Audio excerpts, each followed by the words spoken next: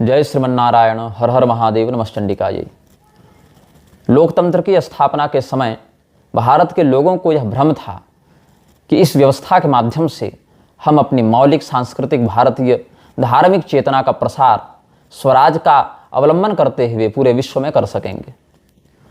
इसी उद्देश्य के लिए विधायिका, कार्यपालिका, न्यायपालिका इत्यादि विभिन्न संस्थानों की स्थापना भी की गई।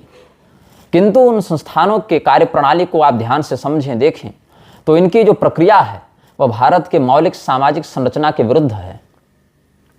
भारत के चेतना का ह्रास कराने में वर्तमान व्यवस्था का जितना बड़ा हाथ रहा है, उतना पिछली सहस्राब्दी में किसी भी शासन प्रणाली का इतना नहीं रहा। अन्य शासन प्रणालियों में हमारे ऊपर अत्याचार अधिक होते थे, किंतु चेतना का विकास भी संघर्ष के माध्यम से होता रहा। वर्तमान में बाह्य दृष्टि से तो संघर्ष और अत्याचार अपेक्षाकृत कम है, किंतु आंतरिक रूप से उस चेतना को प्रतिदिन मर्दित करने का, पददलित करने का षड्यंत्र ये संस्थान करते रहे हैं। अपने पूर्व काल के ही उदाहरणों को एक बार पुनः चरितार्थ करते हुए भारत की न्यायपालिका के तथाकथित सर्वोच्च पद पर बैठा एक व्यक्ति जिसका नाम है B.R. गवई, उसने फिर से अपने द्वेष के कारण सनातन धर्म के विरुद्ध विश्वमन किया है। भारत की न्यायपालिका के द्वारा समय समय पर ऐसे निर्णय दिए जाते रहे हैं, ऐसी टिप्पणियां की जाती रही हैं कि कोई भी सभ्य समाज, कोई भी सभ्य मानसिकता का व्यक्ति उन टिप्पणियों और निर्णयों को पढ़कर धिक्कारने के अतिरिक्त और कोई विकल्प नहीं देखता। भारत की सांस्कृतिक, भारत की ऐतिहासिक, भारत की धार्मिक बहुसंख्यक जनता के प्रति भी इस प्रकार का रवैया, इस प्रकार की घृणात्मक बातें जिन लोगों के मन में हो, ऐसे लोग भारत के विकास में, भारत के अभ्युदय में कैसे निमित्त बन सकते हैं। प्रस्तुत प्रकरण में एक याचिकाकर्ता के द्वारा खजुराहो के जवारी मंदिर का संदर्भ देकर वहां भगवान विष्णु की खंडित प्रतिमा के पुनः स्थापित करने का निवेदन उच्चतम न्यायालय के समक्ष किया गया था। वह निवेदन, वह याचिका दो जजों के समक्ष रखी गई। एक B.R. गवई जो अम्बेडकरवादी बौद्ध है, दूसरा कोई अगस्टिन नाम का व्यक्ति था, जहां तक मेरी जानकारी है, जो ईसाई है। कोई ईसाई, कोई बौद्ध हमारे धर्म के विषय में वह चेतना कैसे अनुभव कर सकता है? हमारी सांस्कृतिक, हमारी धार्मिक महात्म्य का, ममता का, हमारे धार्मिक महत्व का वह अनुभव कैसे कर सकता है? हम जो ममत्व अपने धर्म के प्रति रखते हैं, हम जो भावना अपने संस्कार और अपने संस्कृति के प्रति रखते हैं, उसका अनुभव कोई नास्तिक कैसे कर सकता है? और यही इस बार भी देखने को मिला। बार एंड बेंच के ऑफिशियल ट्विटर अकाउंट से इस समाचार को निर्गत किया गया और धीरे धीरे यह समाचार हम समूह तक पहुंचा, जो भारत के इतिहास में अन्य निर्णयों के ही समान इसमें भी एक द्वेष का दर्शन सनातन धर्म के प्रति सभी सभ्य लोगों ने किया। पूरे राष्ट्र को एक अघोषित उपद्रवी समाज की ओर बढ़ाने में जो 24 घंटे कार्यरत हैं, ऐसे लोगों का बाहुल्य जब न्यायपालिका जैसे प्रभुत्वशाली संस्थानों में होने लगेगा तो उससे क्या परिणाम समाज को प्राप्त होगा, इसका अनुभव करना कोई बहुत अधिक परिश्रम का विषय नहीं है। जितने भी कानून, जितने भी नियम, जितने भी निर्णय इन संस्थानों के द्वारा समय समय पर निर्गत किए जाते रहे हैं, उनमें से अधिकांश सनातन धर्म के अथवा सनातन धर्मावलंबियों के मौलिक हितों के विरुद्ध ही होते रहे हैं। भारत विश्व में एक ऐसा राष्ट्र बन गया है जो अपने ही इतिहास, अपने ही संस्कृति, अपने ही मौलिक परंपराओं को ध्वस्त करने के लिए कटिबद्ध है, और उसके लिए जिस मार्ग का अवलंबन किया गया है उसका नाम रख दिया गया है संविधान। स्वयं को धर्मनिरपेक्ष राष्ट्र बताने वाला भारत आज स्वयं ही धर्म की परिभाषा से अवगत नहीं। धर्म और अधर्म के मध्य क्या भेद है, इससे भारत के संविधान में कोई स्पष्ट बोधात्मक वाक्य उपलब्ध नहीं होता। तो धार्मिक विषयों में निर्णय देने का अधिकार न्यायपालिका को किसने दिया? सामाजिक निर्णयों में अगर न्यायपालिका का हस्तक्षेप स्वीकार भी हो, तो धर्मशास्त्रीय विषयों में या जहां पर देवालय आदि की परंपरा की बात है, वहां पर न्यायपालिका का हस्तक्षेप कैसे स्वीकार किया जाना चाहिए? और यह अगर हस्तक्षेप स्वीकार ही किया जाएगा तो यही हस्तक्षेप अन्य के सापेक्ष क्यों देखने को नहीं मिलता? भारत की न्यायपालिका की तो यह औकात है कि शाहीन बाग हो, चाहे मेरठ हो, चाहे कैराना हो, चाहे हल्द्वानी हो, चाहे हरिद्वार के अतिक्रमित क्षेत्र हो, चाहे अवैध मस्जिद हो, दरगाह हो, चाहे बंगाल, केरल, कहीं भी आप चले जाएं, हैदराबाद इत्यादि तमाम स्थलों पर विधर्मियों ने आतंक का, हत्या का, बलात्कार का, अपहरण का, हिंदू विरोधी अभियानों का तांडव कर रखा है। और ये लोग अपने किसी भी अधिकार का प्रयोग करके उन लोगों के समापन में, उन लोगों के निवारण में, उन लोगों को दंडित करने में समर्थ नहीं हो सकते। ऐसे दुर्बल न्यायपालिका जब अपना क्षोभ व्यक्त करना चाहती है तो उसको केवल निराश, हताश और न्यायपालिका की ओर आशा की दृष्टि से देखता हुआ हिंदू समाज ही दिखता है। भगवान विष्णु की प्रतिमा को स्थापित, संरक्षित, सुरक्षित, व्यवस्थित, मर्यादित करने के लिए जिस याचिकाकर्ता ने इन दोनों नास्तिक न्यायाधीशों के समक्ष, निर्णयाधीशों के समक्ष निवेदन किया था, क्या टिप्पणी रही इनकी? इतने ही बड़े भक्त हो भगवान विष्णु के तो जाकर उन्हीं के सामने बोलो, गिड़गिड़ाओ। ये कथन था गवई का, ये कथन था ऑगस्टिन का, या जो भी वहां बैठा था बगल में, 2 जजों की बेंच थी ना। हाँ, अगर यह निर्णय तुम्हारे अधिकार क्षेत्र में नहीं आता या इस प्रकार का आदेश देने का तुम्हारा अधिकार नहीं या मन करो तो इच्छा भी नहीं है, तो इतना ही कह देते कि ये हमारे जुरिस्डिक्शन का, हमारे न्यायाधिकार का विषय नहीं है, ये एएसआई का विषय है। आप सांस्कृतिक मंत्रालय, पुरातात्विक विभाग, पुरातत्व मंत्रालय इत्यादि से आप संपर्क करें। इतनी भी टिप्पणी अगर कर दी जाती तो एक मर्यादित निर्णय समझा जा सकता था कि भाई हमारा विषय नहीं है, ये सांस्कृतिक मंत्रालय या ये इतिहासकारों का या पुरातत्वविदों का विषय है, आप संबंधित विभाग के पास जाकर इसकी याचिका रख सकते हैं। यह भी कथन किया जा सकता था, लेकिन नहीं। इन लोगों की प्रारंभिक जो मानसिकता है वो सदैव भारत के मौलिक सनातनी विचारधारा के विरुद्ध रही है। भगवान गौतम बुद्ध का नाम लेकर, यहां तक कि बौद्ध शास्त्रों को ही नकारते हुए, यह भी नहीं कि ये लोग असली बौद्ध हैं, बौद्ध शास्त्रों को भी, बौद्ध मत के जो प्राचीन शास्त्र हैं या प्राचीन आचार्य वहां के मत में भी हुए, उनके द्वारा लिखित पुस्तकों को या सिद्धांतों को भी ये लोग नहीं मानते। ये बौद्धों के एक नए ही उपद्रवकारी संगठन का नेतृत्व करने निकले हैं और हर बात में गवई को हीरो बनना होता है। पहले महाराष्ट्र में था शायद ये व्यक्ति, और वरीयता क्रम में जो इससे ऊपर थे उनकी अवमानना करके, उनको तिरस्कृत करके, इसको जानबूझकर प्रमोट करके सुप्रीम कोर्ट भेजा गया। सरकार की मंशा तो जान ही रहे हैं, तुष्टीकरण की नीति, चाहे पार्टी कोई हो, माथा हिंदू का ही कटेगा। तो उस स्थिति में प्रोन्नत होकर जब ये सुप्रीम कोर्ट यह व्यक्ति पहुंचा, तब भी वहां हीरोगिरी कि महाराष्ट्र में मेरे लिए प्रोटोकॉल का पालन नहीं किया तो हमको इज्जत नहीं मिली, तो हमको महत्व नहीं मिला। उसके बाद वहां पर आरक्षण लागू किया जानबूझकर। अब कहो आरक्षण सामाजिक न्याय और दुर्बल वर्ग को ऊपर उठाने के लिए किया गया, तो भी ये देखो वहां ईडब्ल्यूएस को कोई स्थान नहीं दिया गया। प्रारंभ से सनातन धर्म के प्रति इन दोनों व्यक्तियों के मन में अभूतपूर्व घृणा है, और वह घृणा समय समय पर ऐसे ही कथनों से व्यक्त होती रहती है। एक ऐसा राष्ट्र जहां की संसद, जहां की न्यायपालिका, जहां के अधिकारी अगर घूस लेकर काम समय पर कर दें तो उसको ईमानदार मान लिया जाए। इस स्थिति में जो राष्ट्र पहुंच चुका हो, जिस स्थान पर बारंबार दर दर की ठोकरें खाते हुए पीढ़ियां बीत जाती हैं, फिर भी उनके पक्ष में एक निर्णय नहीं आ पाता न्यायोचित रीति से, वह राष्ट्र किस दिशा और दशा की ओर आगे बढ़ रहा है, यह सभ्य समाज को चिंतन करना चाहिए। याचिकाकर्ता के धार्मिक और उसकी सांस्कृतिक चेतना का मर्दन करने वाला बी.आर. गवई क्या वास्तव में भारत के न्यायाधीश के पद पर बैठे जाने योग्य है? व्यभिचार की धारा को खत्म करने वाला जो सुप्रीम कोर्ट है, जिसके लिए व्यभिचार कोई गैरकानूनी बात नहीं, जो खुलेआम हमारे घर की बहू बेटियों को व्यभिचार के लिए संवैधानिक आड़ लेकर उकसा रहा हो, वह क्या इतनी चेतना से युक्त है कि ऐसे महत्वपूर्ण निर्णयों का अधिकार उसके हाथ में सौंपा जा सके? जो संगठन, जो संस्थान आज तक देशद्रोह करने वाले आतंकवादियों के विरुद्ध कठोर निर्णय लेने में भी खींचतान करता रहा और कई वर्ष लगा दिए, जिस संस्थान के लिए 20-20 साल में आतंकवादियों को दंड देना संभव नहीं हो पाता, जिस संस्थान के लिए कभी भी सनातन धर्म की मौलिक चेतना का समर्थन नहीं हो पाता, अहिंसात्मक रीति से भी नहीं हो पाता, एक आध अपवाद छोड़ दें तो जिसने सदैव अपने निर्णयों से इस देश को नकारात्मक रूप से आश्चर्यचकित किया हो, ऐसा संस्थान जब भी इतिहास में स्मरण किया जाएगा तो भारत के गौरव के रूप में नहीं, भारत के कलंक के रूप में स्मरण किया जाएगा। घर घर को तोड़कर, घर घर में मुकदमे करवाकर, घर घर में महिलाओं को एक दूसरे के विरुद्ध करके, नकली झूठे रेप केस, ST/SC के एक्ट के केस, नकली झूठे नौकरी में ऊपर के अधिकारी घूस मांगते हैं, नीचे वाला अगर सत्यनिष्ठ है, ईमानदार है, वो पैसा नहीं लेता तो उसको झूठे केस में फंसाकर जेल भेजने की प्रणाली, ये सब किसके अंतर्गत चल रहा है? न्यायपालिका के अंतर्गत जो उसको संक्रमित करने वाली जुडिशियल माफिया है, क्या इसका समापन नहीं किया जाना चाहिए?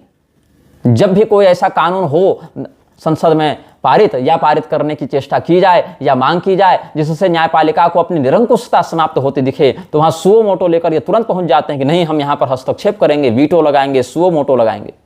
लेकिन अपने दरवाजे पर रोज रोते बिलखते नागरिकों के निर्दोष होने के बाद भी उनके प्रति दया, करुणा, मानवता की एक झलक भी इस प्रकार के संस्थानों में देखने को नहीं मिलती है।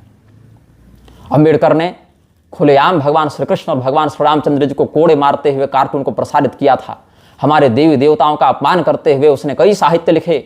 विदेशी संस्थाओं के द्वारा संरक्षण प्राप्त करके भारत की जो मौलिक सांस्कृतिक विरासत है उसको नष्ट करने के लिए पेरियार, फुले और अम्बेडकर इत्यादि ने मिशनरियों के साथ मिलकर अभूतपूर्व विद्वेष फैलाया समाज में। और उसके बाद उसी परंपरा के आगे आने वाले ये सभी नास्तिक हमारे देवी देवताओं का नित्य तिरस्कार कर रहे हैं, नित्य मर्दन कर रहे हैं और अपने अज्ञान, व्यामोह और कायरता, नपुंसकता के अंधकार में डूबा हुआ हिंदू और नेताओं के तलवे चाटने वाले जो कथित धर्माधिकारी, आचार्यगण, धर्मगुरु इत्यादि हैं, वो सब इस विषय में कोई भी कठोर विरोध करने का साहस नहीं रख पाते। तो ऐसे में हिंदू समाज पददलित होता हुआ अपने ही सांस्कृतिक चेतना से विमुख नहीं होगा तो और क्या होगा। एक बात कान खोलकर ध्यान से सुन लिया जाए, और कान ही क्यों, तुम्हारे शरीर में कान के साथ साथ जितने भी देह छिद्रों से तुम्हें श्रवण शक्ति का सामर्थ्य प्राप्त हो, गवई और ऑगस्टीन या जो भी वहां बैठा था, ध्यान से सुन लो। तुम हो या तुम्हारे समकक्ष कोई अन्य अधिकारी हो या भारत के किसी भी विभाग में बैठा कोई अवराधिकारी या उच्चाधिकारी हो, वह ध्यान से सुन ले। तुमको वृत्रासुर नहीं हो कि जब तक महर्षि दधीची हड्डी देंगे नहीं और वज्र बनेगा नहीं तुम मरोगे नहीं। तुम जैसे मरण धर्मा परिवर्तनशील लोगों को सम्मानित करने के चक्कर में हम जगन नियंता भगवान नारायण की अवमानना सहन नहीं कर सकते हैं। तुम जैसे विद्वेष पूर्वक वचन कहने वाले जो अपने पूरे जीवन भर एक कुंठा और एक दंभ की भावना से जिन्होंने अपना जीवन व्यतीत किया, उन लोगों के हाथों इस देश के धार्मिक शास्त्रीय विषयों को नहीं सौंपा जा सकता है। अपनी मर्यादा में रहना सबों का कर्तव्य है और वही तुमसे भी अपेक्षित है। अन्यथा ये जो माय लॉर्ड का तमाशा और ये जो यशोगान रोज सुनते हो, ऐसा ही यशोगान इराक वाले भी सुनते थे, ईरान वाले भी सुनते थे, फलस्तीन वाले भी सुनते थे, सीरिया वाले भी सुनते थे, श्रीलंका, नेपाल, बांग्लादेश, अफगानिस्तान, पाकिस्तान वाले भी सुनते थे। लेकिन अति मत करो। अति करने का दुष्परिणाम यह हुआ कि वहां की जनता ने ही विधिपूर्वक या अविधिपूर्वक उन्हीं जजों को जब मारना प्रारंभ किया, जब उनका मर्दन करना प्रारंभ किया, तो सड़क पर दौड़ते नजर आए अपने जान को बचाने के लिए, प्राण को बचाने के लिए। तुमको दिव्य शक्ति संपन्न नहीं हो, असमीक्षणीय नहीं हो, निर्विरोध नहीं हो, जिस संस्थान से विवेकपूर्ण मानवोचित निर्णय की आशा की जाती है, अगर उस संस्थान में बैठकर तुम्हारे कृत्य से इस राष्ट्र की चेतना और भविष्य को अंधकार में जाता हुआ यह समाज देखेगा तो वह प्रतिकार करेगा। और जब प्रतिकार करेगा तो तुम्हारा सामर्थ्य नहीं होगा कि उस प्रतिकार के विरुद्ध कुछ कह पाओ, कुछ कर पाओ और आत्मरक्षा तक कर पाओ। यह तुम्हारा भविष्य हमने तुमको चेतावनी पूर्वक बता दिया है कि तुम्हारे जैसे लोगों का इस दुर्व्यवस्था का, इस भ्रष्टाचार का, इस अमानवीयता का, इस उपहास का क्या परिणाम भविष्य में होता है। सत्ता बड़े बड़ों की आई और चली भी गई, तुम्हारी भी आई, चली भी जाएगी। हूण आए, किरात आए, तुर्क आए, मुगल आए, जब वो आए तो उनको लगा कि जो हैं हम ही हैं, हम जो कहेंगे वही सब जगह होगा, वही सदैव के लिए होगा। पुर्तगाली आए, फ्रेंच आए, अंग्रेज आए, उनको लगा कि पिछले वालों को हमने हटा दिया, अब जो हम कहेंगे वही होगा। अब तुम आए हो और तुम्हारा भी यही भ्रम है कि जो हम कहेंगे वही होगा और जो हम कहेंगे उसके विरुद्ध कोई कुछ नहीं करेगा और हमारी सत्ता सदैव बनी रहेगी, हमारा अधिकार सदैव बना रहेगा। तो यह जान लो, मांधाता समही पति कृतयुगा अलंकार भूषोगतः सेतुर्येन महो दधौ विरचितः क्वासौ दशस्यान्तकः अन्ये चापि युधिष्ठिर प्रभृतयो जातादिवं भूपते नेकैनापि समंगता वसुमति मुंजत्वया यास्यति। महाराज भोज ने अपने चाचा मुंज को कहा था। सतयुग के चक्रवर्ती महाराज मांधाता भी एक समय अपने शासन को पूर्ण करके गए। श्री रामचंद्र जी त्रेता में अपने शासन को पूर्ण करके गए, जिन्होंने समुद्र पर पुल बांध दिया, और महाराज युधिष्ठिर जैसे चक्रवर्ती भी अपने शासन को पूर्ण करके गए। लेकिन मुंज लगता है कि तुम जब जाओगे तो पृथ्वी अपने साथ लेकर जाओगे। बस वही मुंज वाला भ्रम इन लोगों को हो गया है। संसद और न्यायपालिका में बैठे दंभियों को यही भ्रम हो गया है। तो स्मरण रखो गवई और स्मरण रखो ऑगस्टीन।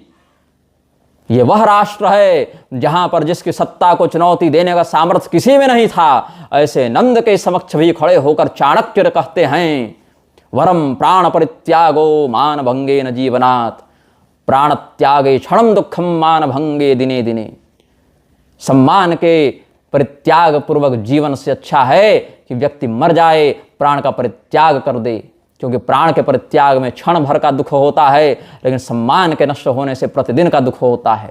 सनातन धर्म के आराध्यों का तिरस्कार करते हुए तुम जैसे अविवेकी नास्तिकों ने मुख्य न्यायाधीश की गद्दी पर बैठकर जो दुष्कर्म किया है वह दंडनीय है, भर्त्सनीय है। चाहे इसका दंड तुम्हें आज मिले, चाहे 100 वर्षों के बाद मिले, किंतु हमारे धर्म के तिरस्कार को करने वाला, हमारे संस्कृति का तिरस्कार करने वाला, हमारे आराध्यों के प्रति जिनकी श्रद्धा है उनकी अवमानना करने वाला कोई व्यक्ति सुखी और सुरक्षित नहीं रह सकता है। इसके लिए हम तुम्हें आश्वस्त करते हैं।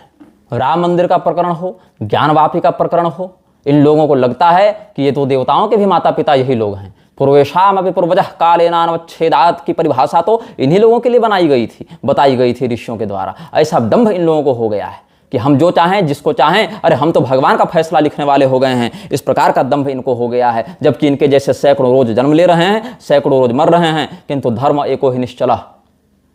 जितने भी सनातन धर्म के अंतर्गत आने वाले हिंदू हैं, उन्हीं के कारण आज अगर न्यायपालिका की थोड़ी बहुत इज्जत प्रतिष्ठा सम्मान समाज में देखने को मिलती है तो वो हिंदुओं के ही कारण है। बाकी हिंदू के अतिरिक्त अन्य लोग तुम्हारे प्रति क्या भावना रखते हैं इसको तुम भी अच्छे से जानते हो, और यही कारण है कि तुम्हारे निर्णयों में उनके प्रति भय, उनसे डरने की प्रवृत्ति का दर्शन स्पष्ट हो जाता है। जितने भी सनातन धर्म के अंतर्गत ब्राह्मण, क्षत्रिय, वैश्य, शूद्र, अंत्यज आदि जो भी हमारे सनातनी बंधु हैं, उन सबों को एक साथ लेते हुए, उन सबों की धार्मिक, सांस्कृतिक, व्यावहारिक चेतना का एकजुट होकर प्रयोग करते हुए हम इस राष्ट्र को पुनः अनुशासित करते हुए तुम जैसे अविवेकपूर्ण निर्णय करने वाले शासकों के विरुद्ध अत्याचार से मुक्त कराने के लिए प्रतिबद्ध हैं।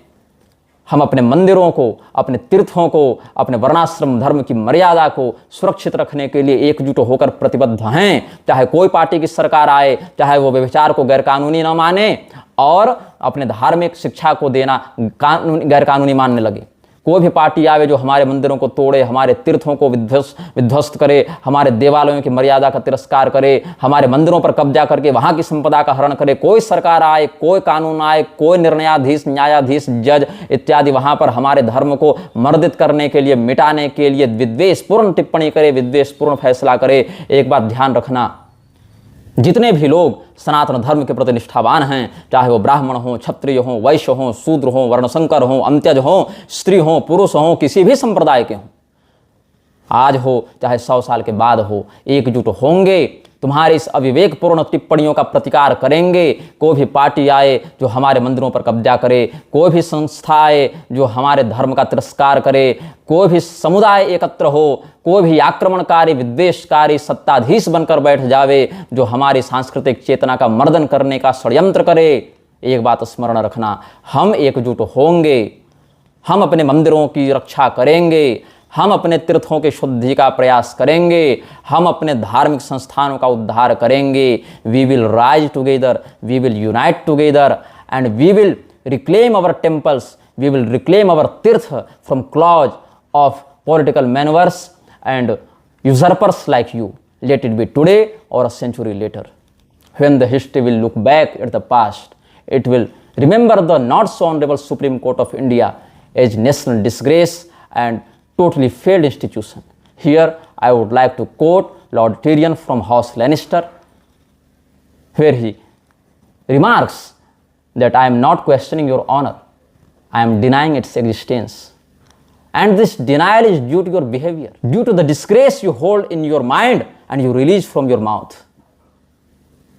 The venom you spit out of your mouth while sitting on the chair of CGI of India, this can't be forgotten, this can't be forgiven.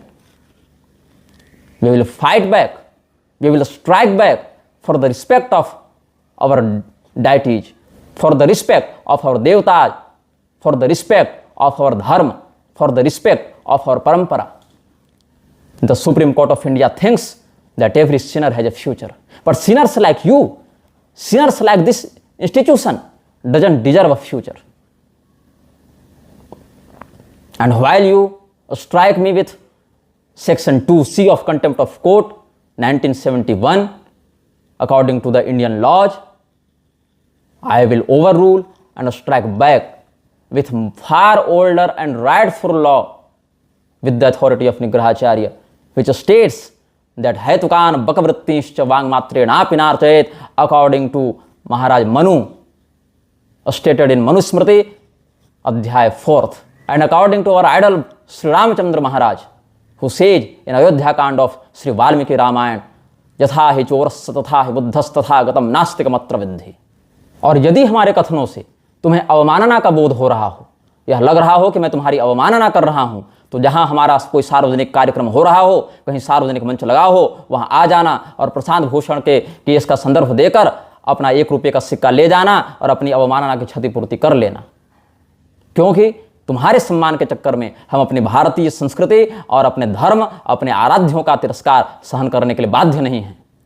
इसीलिए मैं स्मरण करा दूं, सनातन धर्मावलंबी जब तक न्यायपालिका का सम्मान कर रहे हैं, उसकी रक्षा का प्रयास कर लो, क्योंकि ऐसा नहीं होने की स्थिति में तुम अपने भविष्य के लिए, अपने दुष्परिणामों के लिए और जिस प्रकार के जहर को तुम पिछले 100-150 सालों से प्रसारित करते आ रहे हो, उससे होने वाले भीषण संघर्ष के उत्तरदायी स्वयं होगे।